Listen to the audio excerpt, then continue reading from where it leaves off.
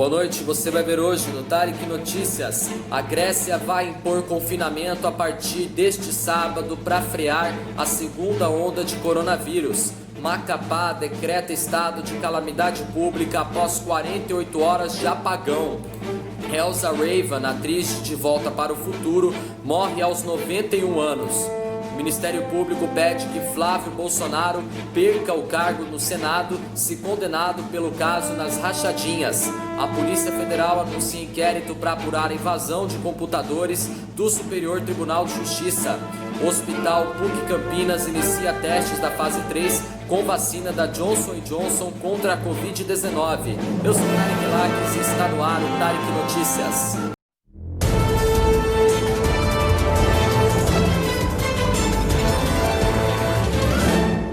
A Grécia vai instaurar um novo confinamento a partir deste sábado por pelo menos 3 semanas, anunciou hoje o primeiro-ministro grego Kyriakos Mitsotakis. Ele destacou que a medida é para tentar frear a segunda onda que afeta o país. O confinamento deve começar às 6 horas da manhã, horário local, 1 da manhã, horário de Brasília. E apenas as lojas essenciais, como supermercados e farmácias, seguirão abertas. Para sair de casa, os gregos precisarão indicar às autoridades o motivo e o horário por mensagem de texto e obter uma autorização pelo mesmo sistema. Ao contrário do primeiro confinamento imposto por 6 semanas no fim de março, as creches e escolas do ensino básico permanecerão abertas, anunciou o primeiro-ministro. Estudantes do ensino médio voltarão a ter aulas virtuais, assim como as universidades. A Grécia registrou recorde de casos, com mais de 2.600 infectados, segundo a Universidade Johns Hopkins. O país tem quase 45 mil casos confirmados e 673 mortos pela Covid. No último sábado, o primeiro-ministro grego já tinha anunciado algumas restrições de deslocamento durante a noite e o fechamento de restaurantes, bares e pontos de lazer. E não é só a Grécia não, viu? Outros países também registraram nos últimos 2 dias recordes de novos casos de Covid. Nos Estados Unidos, pela primeira vez, foram registradas mais de 100 mil novas infecções em 24 horas, segundo o monitoramento da Universidade Americana Johns Hopkins, com 102.831 novos casos. E na Polônia foram registrados 27.143 novos casos nas últimas 24 horas, segundo o anúncio que foi feito hoje pelo governo do país. Também foram registradas 367 mortos no mesmo período. O número quase alcançou o recorde diário estabelecido ontem, quando houve 373 mortos pela doença em solo polonês. Na República Tcheca foram 15.729 novos casos, segundo o Ministério da Saúde, levando o total de casos no país a 378.716 infectados pela Covid. A Ucrânia teve 9.850 novos casos nas últimas 24 horas, anunciou o ministro da Saúde do país ucraniano, Maksim Stepanov. O número ultrapassa o recorde alcançado do dia anterior de 9.524 novas infecções. Na Rússia, além do recorde de novos casos, 19.768 ontem, foi registrado também um recorde de mortes diárias, com 389 mortos entre terça e quarta-feira.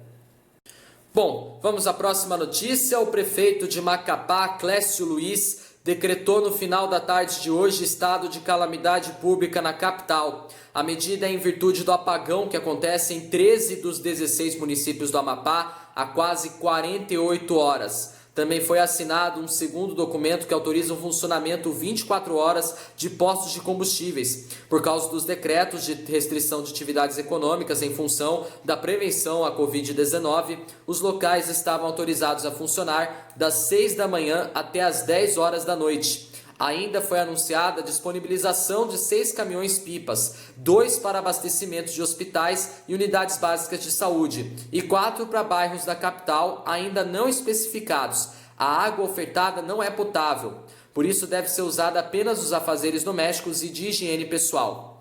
Além disso, foi reforçada a segurança das ruas e as UBSs e escolas com apoio da Guarda Municipal, Civil e sistema de abastecimento de ambulâncias e viaturas. Equipes da Defesa Civil, Assistência Social e Zeladoria Urbana também estão disponíveis para o caso de novas chuvas. O apagão foi resultado de um incêndio em uma subestação de energia na capital na noite de terça-feira.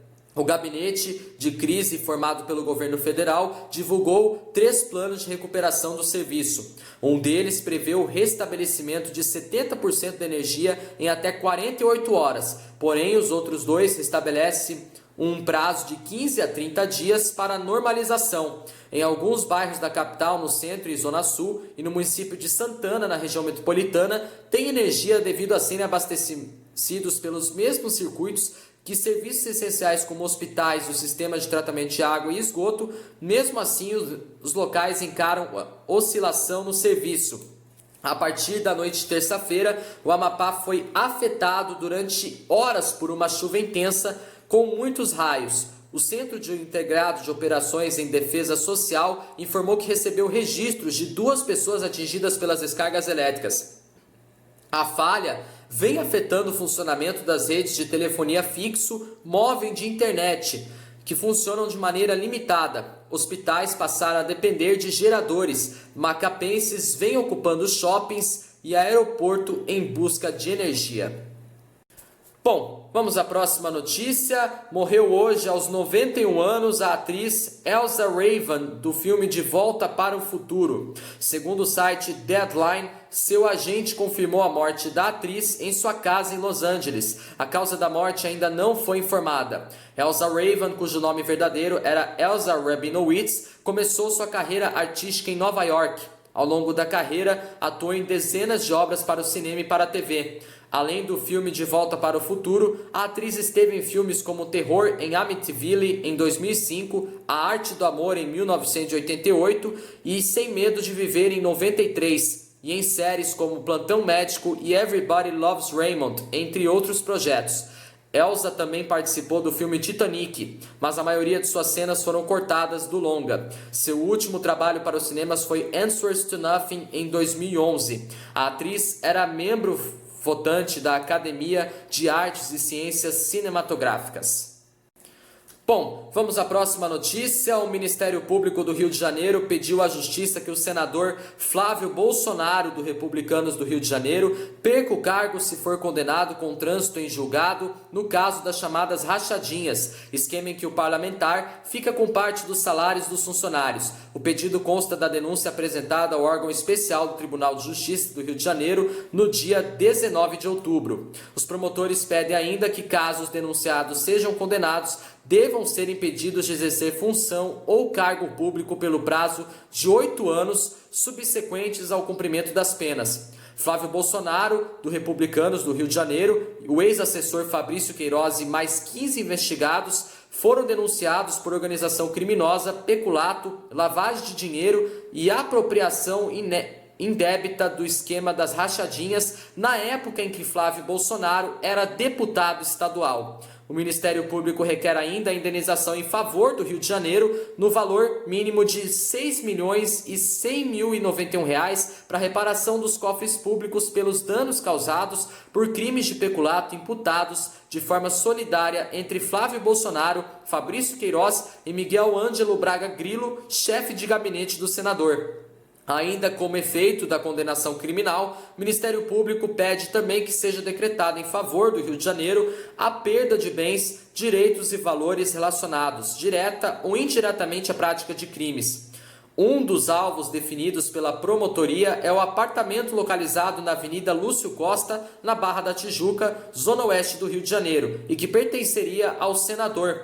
O Ministério Público requer ainda a manutenção da prisão de Fabrício Queiroz. Se aceitar, a Justiça avalia se mantém a prisão domiciliar. As investigações começaram em 2018, depois que um relatório do antigo COAF, o Conselho de Controle de Atividades Financeiras, identificou movimentações suspeitas na conta bancária de Fabrício Queiroz. Segundo o relatório, Fabrício Queiroz movimentou R$ 1 milhão entre janeiro de 2016 e janeiro de 2017. A estimativa é que cerca de R$ 2,3 milhões tenham sido movimentados no esquema de rachadinha. O dinheiro, segundo a investigação, era lavado com aplicação em uma loja de chocolates no Rio de Janeiro, na qual o senador é sócio em imóveis.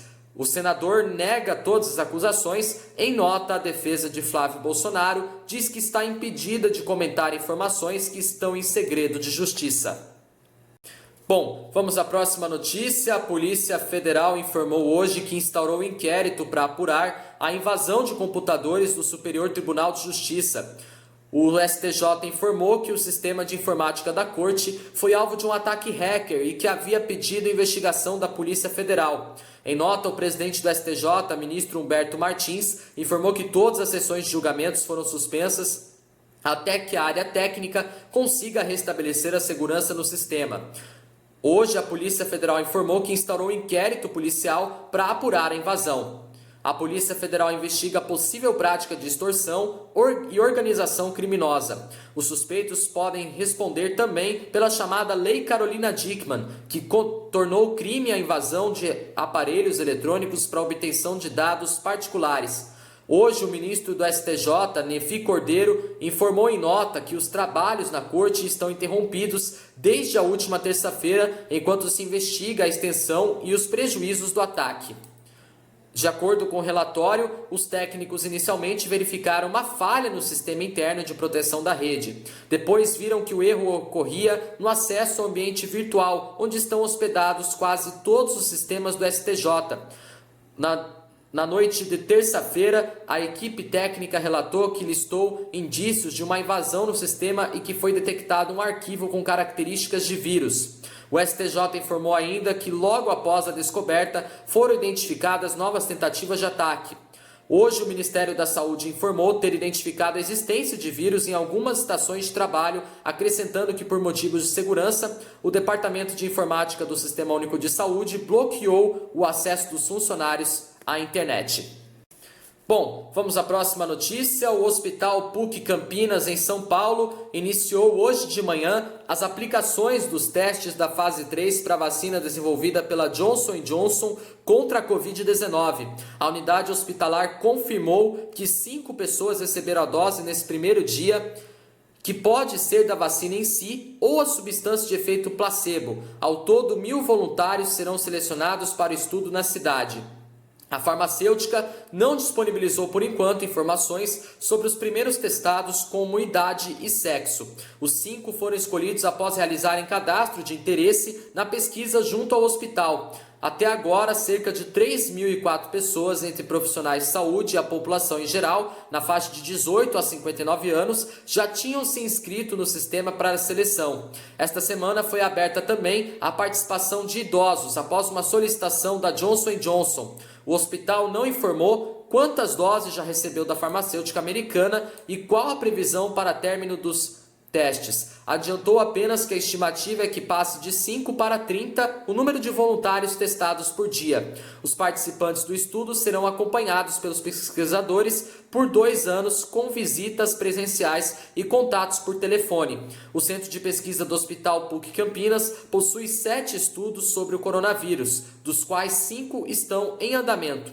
O início dos testes da fase 3 em Campinas ocorre após a Anvisa autorizar o laboratório Janssen Cilag da empresa a retomar as pesquisas suspensas desde 12 de outubro no país por causa de uma doença inexplicada em participante nos Estados Unidos. A vacina candidata da Johnson & Johnson é uma das 4 que receberam autorização da Anvisa para testes de fase 3. A última necessária para dar início à produção no Brasil. As outras são a de Oxford, a da Pfizer-BioNTech e da Sinovac. O Hospital PUC Campinas ainda mantém o cadastro de voluntários aberto, pois a triagem para atingir 1.000 pessoas ainda não foi concluída. A vacina da indústria americana tem 2 diferenciais no comparativo com o de outras farmacêuticas. É uma imunização contra a Covid-19 de dose única e o estudo permite não somente as participações de profissionais de saúde, alunos e outros funcionários da instituição, mas também da população em geral que queira se voluntariar.